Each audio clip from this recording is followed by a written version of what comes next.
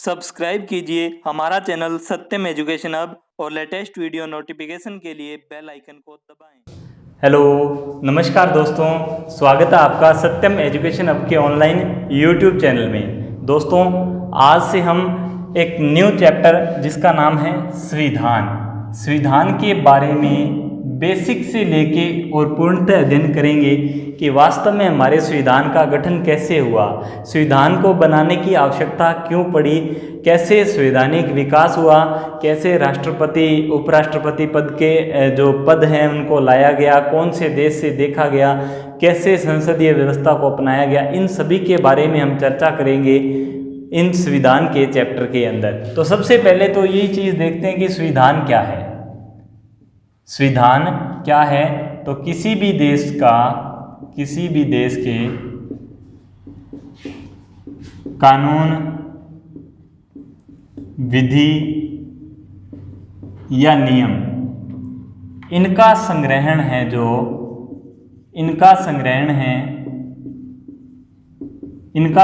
ही क्या है, संविधान है। और इन्हीं पर ही किसी देश की शासन व्यवस्था को संचालित किया जाता है। शासन व्यवस्था को संचालित किया जाता है।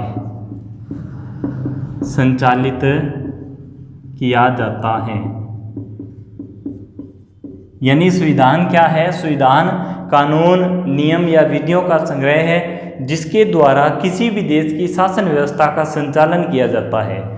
तो ये बात तो ठीक है, शासन व्यवस्था को संचालित करने के लिए हमें एक संस्था की आवश्यकता होती है। शासन व्यवस्था को संचालित करने वाली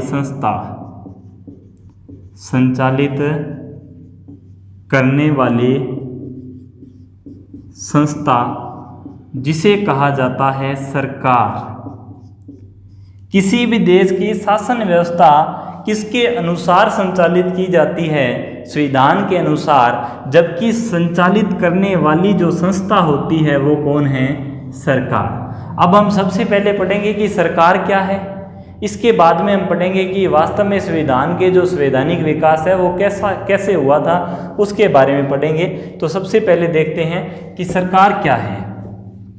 तो सरकार के बारे में हम डिटेल से जानेंगे सबसे पहले, और आप दोस्तों साथ साथ में इसको उतारते रहिए ताकि पता चल जाए आपको।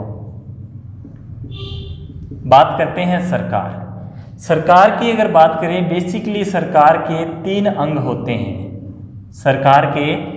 अंग होते हैं। सबसे पहला होता है कार्यपालिका, दूसरा है व्यवस्थापिका और तीसरा है न्यायपालिका। कार्यपालिका, व्यवस्थापिका और न्यायपालिका। तो इसी अकॉर्डिंग हम इनको डिवाइडेशन में बांट लेते हैं आगे, कि अब आगे कैसे चलेंगे ये, तो इसके बारे में हम आगे बात करेंगे। तो इसी अकॉर्डिंग आप भी कॉपी में अपनी ग्राफ बनाइए। कार्यपालिका, देखिए सबसे पहले हम बात करते हैं व्यवस्थापिका के बारे में। व्यवस्थापिका कहेगी कानूनों का निर्माण करती है। व्यवस्थापिका के द्वारा किया जाता है कानूनों का निर्माण। कानूनों का निर्माण किसने कर दिया? व्यवस्थापिका ने। कार्यपालिका करेगी कानूनों को लागू करने का काम करती है कार्यपालिका। तो अब न्यायपालिका का कार्य क्या रह गया? कानूनों की जांच करना। कानूनों की जांच करेगी कौन? न्यायपालिका। क्वेश्चन ऐसा पूछा गया कि कानूनों को लागू करने का कार्य किसका होता है? तो कार्यपालिका का।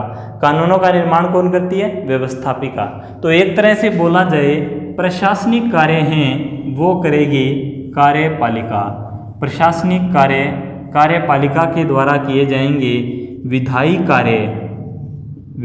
कार्य व्यवस्थापिका के द्वारा किए जाएंगे। और यहाँ पर है न्यायिक कार्य न्यायपालिका के द्वारा किए जाएंगे।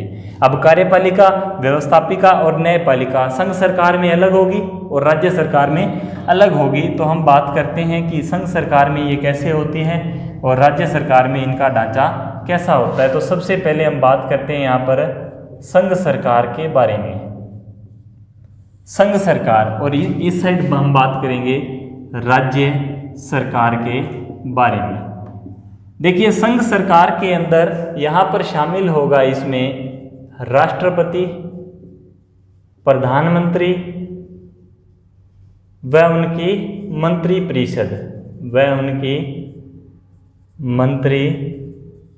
परिषद, राष्ट्रपति, प्रधानमंत्री और उनकी मंत्री परिषद। उसी अकॉर्डिंग यहाँ पर आ जाएंगे राज्यपाल, मुख्यमंत्री व उनकी मंत्री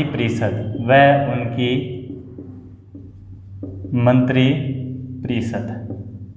तो ये राज्य सरकार के लिए और ये संघ सरकार के लिए। यहाँ पर हम बात करते हैं तो हम अनुच्छेद नंबर 52 से लेकर बेसिकली 78 तक 78 तक हम पढ़ते हैं राष्ट्रपति, प्रधानमंत्री व मंत्री परिषद।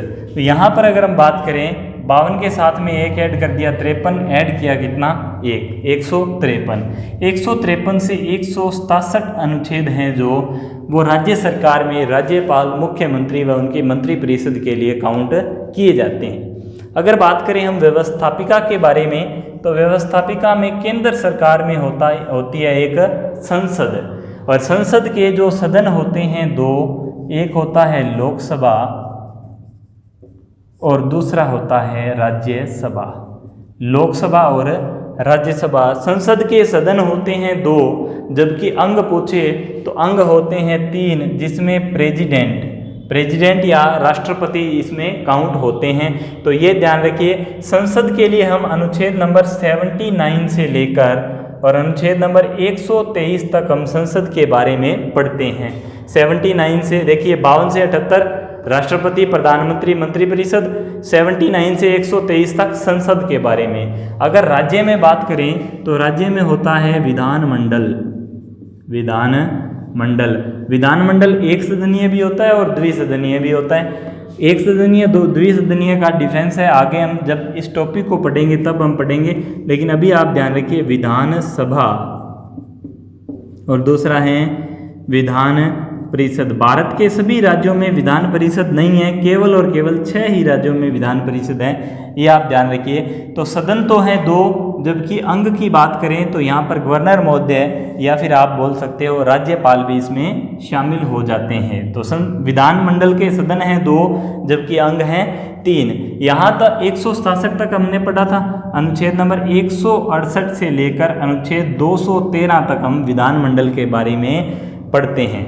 इसके बाद में न्यायपालिका की अगर बात करें तो न्यायपालिका में इधर संघ सरकार के लिए है एक सर्वोच्च न्यायालय जो कि 1950 में अस्तित्व में आया था। सर्वोच्च न्यायालय, इसी को ही बोला जाता है उच्चतम न्यायालय या आप बोल सकते हो सुप्रीम कोर्ट। 123 तक यहाँ तक हमने इसको पढ़ा। ये चलता है 124 से अनुच्छेद नंबर 147 तक हम बात करते हैं सुप्रीम कोर्ट की। अगर बात करें न्यायपालिका के लिए तो न्यायपालिका जब राज्य में काम कर रही है तो यहाँ पर होता है उच्च न्यायालय। देखिए उच्चतम न्यायालय संघ सरकार के लिए कार्य करेगा, जबकि उच्च न्यायालय राज्य सरकार के लिए काम करेगा, जिसे हाई कोर्ट बोला जाता है। हाई कोर्ट अनुच्छेद नंबर 214 से 231 तक किसी भी राज्य के हाई कोर्ट के बारे में जितने भी कार्य प्रणालियां हैं उसको हम देखते हैं। तो ये बेसिकली है सरकार के 3 अंग हैं, राज्य में अलग होगी और संघ में अलग होगी। दोस्तों हमारे पास एक ढांचा है संघात्मक शासन व्यवस्था।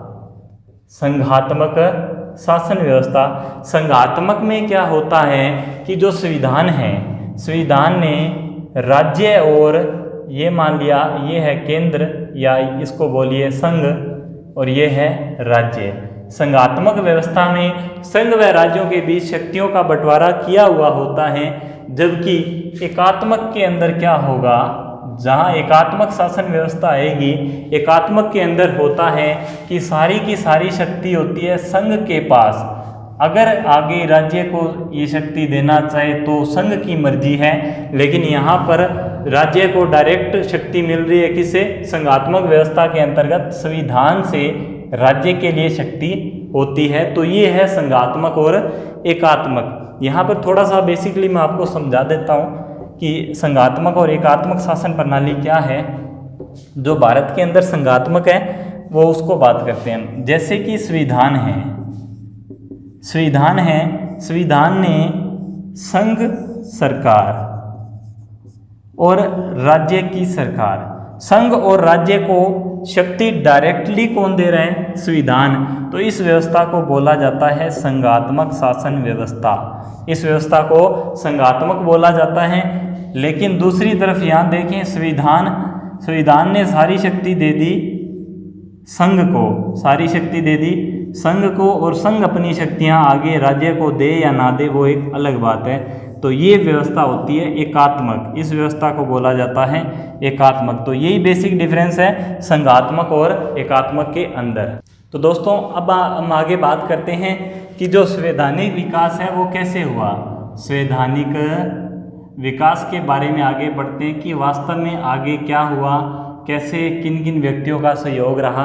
तो यहाँ पर हम बात करते हैं, सबसे पहले हम बात करते हैं 1600 ईस्वी का राजलेख अधिनियम।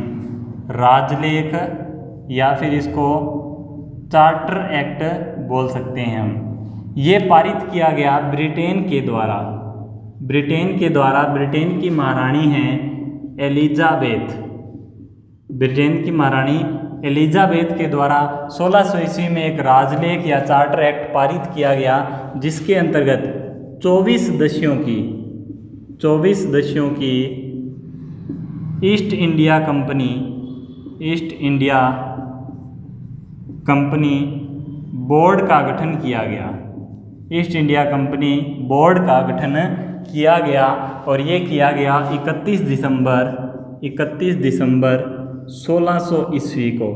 31 दिसंबर 1600 ईस्वी को ये गठन किया गया 24 दस्युओं की, और इसी को ही कहा गया बोर्ड ऑफ डायरेक्टर।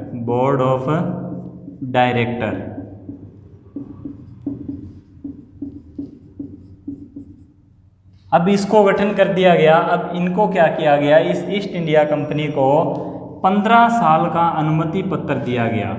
कितने वर्ष का? 15 वर्ष का अनुमति पत्र दिया गया और बोला गया कि आप पूर्वी देशों के साथ व्यापार कर सकते हो। पूर्वी देशों के साथ व्यापार का अनुमति पत्र दिया गया। 15 वर्ष तक पूर्वी देशों के साथ व्यापार का ये अनुमति पत्र दिया गया 1600 ईस्वी के राजलेख या चार्टर एक्ट के अंतर्गत। अब इसी के अंतर्गत कहा गया कि पूर्वी देशों के साथ, तो अब अंग्रेज लोग आएंगे भारत आने का क्रम इनका स्टार्ट होगा। तो हम अब यहाँ बात करते हैं कि अंग्रेजों का एक व्यक्ति जिसका नाम है कैप्टन विलियम हॉकिंस। 1608 ईस्वी में एक अंग्रेज हैं जिसका नाम है captain William Hawkins. Captain William Hawkins 1608 ईस्वी में भारत आता है।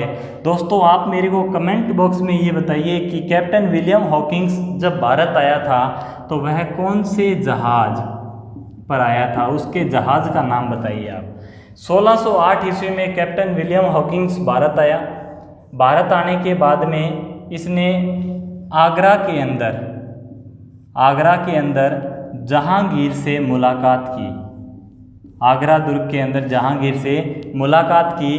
अब जहांगीर हैं इस समय भारत के मुगल बादशाह। कौन है? जहांगीर से मिलता है कैप्टन विलियम हॉकिंस और बोलता है कि साहब हमें भारत में व्यापार करने की अनुमति चाहिए, लेकिन हॉकिंस मना कर देता है। इसके बदले जहांगीर मना कर देता है। इसके बदले में जहांगीर ने विलियम हॉकिंस को 400 का मनसब दिया, 400 का मनसबदार बना दिया। और जहांगीर ने कैप्टन विलियम हॉकिंस को इंग्लिश खान के नाम से पुकारा। तो ये बात ध्यान रखना, इंग्लिश खान के नाम से किसे जाना जाता है? कैप्टन विलियम हॉकिंस को। और किसने कहा था? तो जहांगीर ने कहा था, ये बात आपको ध्यान रखनी है। तो इस तरह से ये इतिहास चला। 1608 के अंदर इनको व्यापार की मंजूरी नहीं मिली है, लेकिन फिर भी इन्होंने 1608 में सूरत में गैर आधिकारिक रूप से अपनी पहली कोठी स्थापित की है।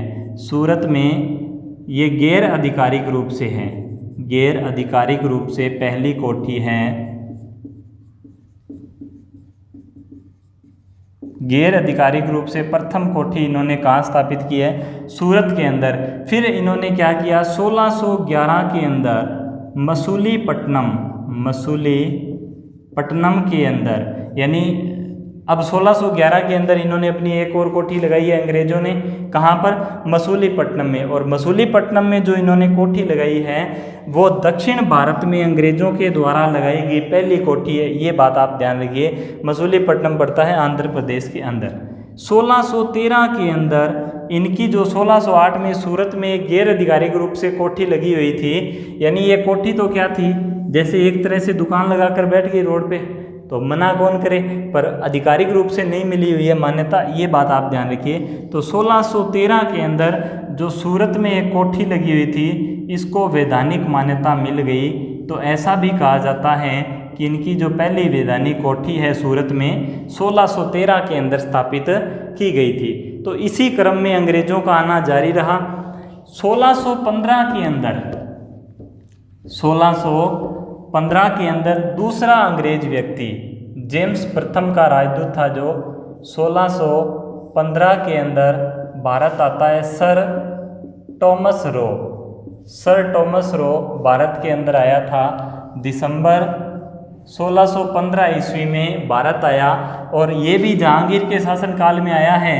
10 जनवरी 1616 ईस्वी 10 जनवरी 1616 ईस्वी में मुलाकात करता है ये जहांगीर से। और कहाँ पर मुलाकात करता है? अजमेर के मैगजीन दुर्ग में। अजमेर के मैगजीन दुर्ग में मुलाकात की किसने? सर टॉमस रो ने। किससे? जहांगीर से मुलाकात की। भारत में मुगल बादशाह हैं जहांगीर, इससे मुलाकात की है सर टॉमस रो ने, और सिफारिश की है भारत के अंदर आधिकारिक रूप से अपने व्यवसाय को बढ़ाने के लिए। यहाँ पर कुछ हद तक जहांगीर ने अनुमति दे दी थी। दोस्तों कमेंट बॉक्स में बताइए कि मैगजीन दुर्ग का निर्माण किसने करवाया था। इससे पहले हमने बात की थी जो विलियम हॉकिंग्स हैं, हॉकिंग्स ध्यान रखिए दोस्तों, हॉकिंग्स हैक्टन नाम के जहाज़ से भारत आया था। हॉक्टन है हैक्टन नाम का, हॉकिंग्स है हैक्टन नाम का जहाज लेकर भारत आया था, ये आप ध्यान रखिए।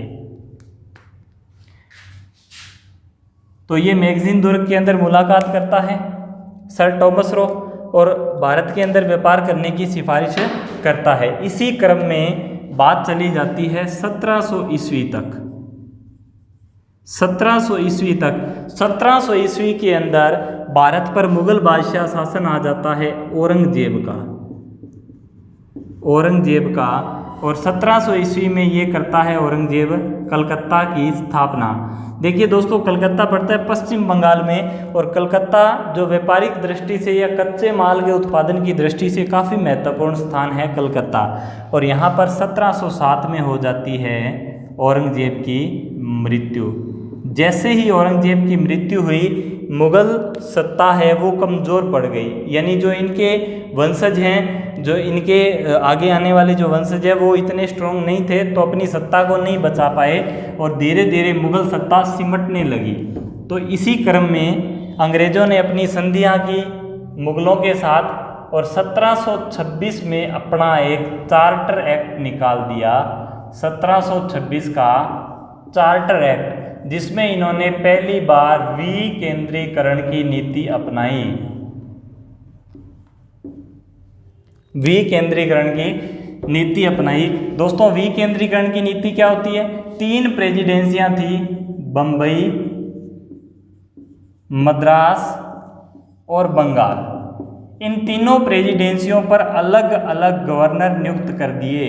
3 अलग अलग गवर्नर नियुक्त कर दिए, यानी सत्ता जब नीचे से उठकर ऊपर की ओर जाए तो इसे बोलते हैं विकेंद्रीकरण की नीति। तो ये आप ध्यान रखिए, बम्बई, मद्रास और बंगाल पर एक एक गवर्नर नियुक्त कर दिया अलग अलग।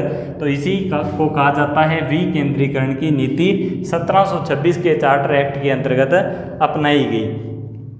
धीरे धीरे अंग्रेज और भारत के अंदर स्ट्रॉन्ग होने लगे, धीरे धीरे और इन्होंने अपने अधिनियम निकाले और 2 युद्ध करते हैं ये बंगाल के नवाबों के साथ। एक तो 1757 का प्लासी का युद्ध और दूसरा 1764 का बक्सर का युद्ध। 23 जून 1757 और 22 अक्टूबर 1757 इन युद्ध के बारे में हम कल की क्लास में डिस्कस करेंगे। और इसके आगे जो भी चैप्टर हैं, जैसे 1773 का जो रेगुलेटिंग एक्ट आया था, इसके बारे में हम कल की क्लास में पढ़ेंगे। तो दोस्तों, आज की क्लास आपको कैसी लगी कमेंट बॉक्स में ज़रूर बताइएगा। और आज की क्लास से संबंधित आपका कोई भी सुझाव हो तो हमें ज़रूर बताना, ताकि हम नेक्स्ट क्लास में उसमें सुधार कर सकें। तो धन्यवाद दोस्तों, आज के लिए इतना ही। मिलते हैं कल फिर नेक्स्ट क्लास में।